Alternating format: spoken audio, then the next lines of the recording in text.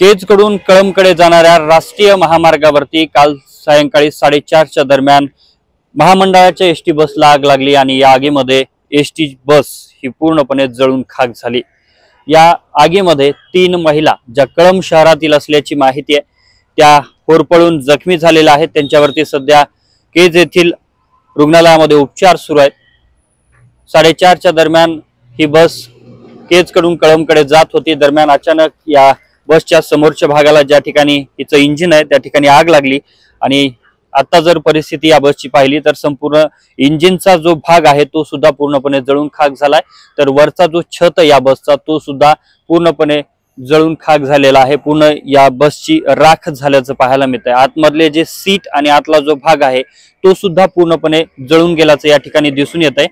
आणि ही बस ज्या वेळेला त्या ठिकाणी जळत होती त्यावेळेला पोलिसांनी दाखल होऊन आणि महामंडळाच्या काही लोकांनी त्या ठिकाणी अग्निशामक दलाची गाडी बोलावून आग विझवण्याचा प्रयत्न केला। ही आग विझवली मात्र पूर्णपणे ही बस क्षतिग्रस्त झालेली होती। यानंतर बस ही रस्त्यावरच होती आणि या राष्ट्रीय महामार्गावरती रात्री 8:15च्या दरम्यान एक दुचाकी केजकडून कळंबकडे जात होती। या दरम्यान या दुचाकीचा सुद्धा अपघात झाला आणि अपघात झाल्याच्या नंतर लागलीच आणखी एक ट्रक समोरून आलेला होता।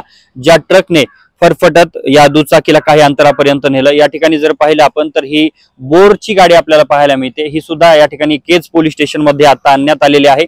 दुचाकी सध्या घटनास्थळावरती असल्याचं पोलिसांनी सांगितलंय। मात्र ही ट्रक आणि बस या 2 गाड्या सध्या केज पोलीस स्टेशन मध्ये केज पोलीस घेऊन आलेले आहेत।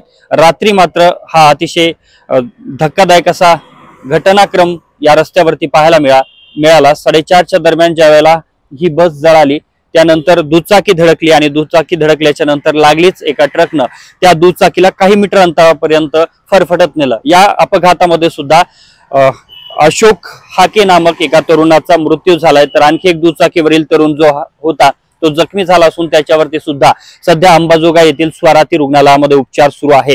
मात्र ज्या वेळेला रस्त्यावरती अशा काही घटना घडतात आणि वेळीच त्या ठिकाणी उपाययोजना केल्या जात नाहीत किंवा काळजी घेतली जात नाही त्यावेळेला अशा पद्धतीने अनेकांच्या जीवितास धोका निर्माण होत असतो।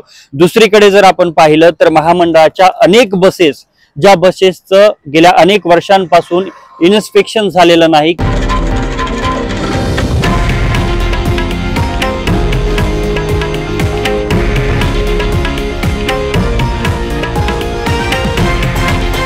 हे आहे देशातील नंबर 1 न्यूज नेटवर्क आणि आपण पाहत आहात TV9 मराठी, एकमेव।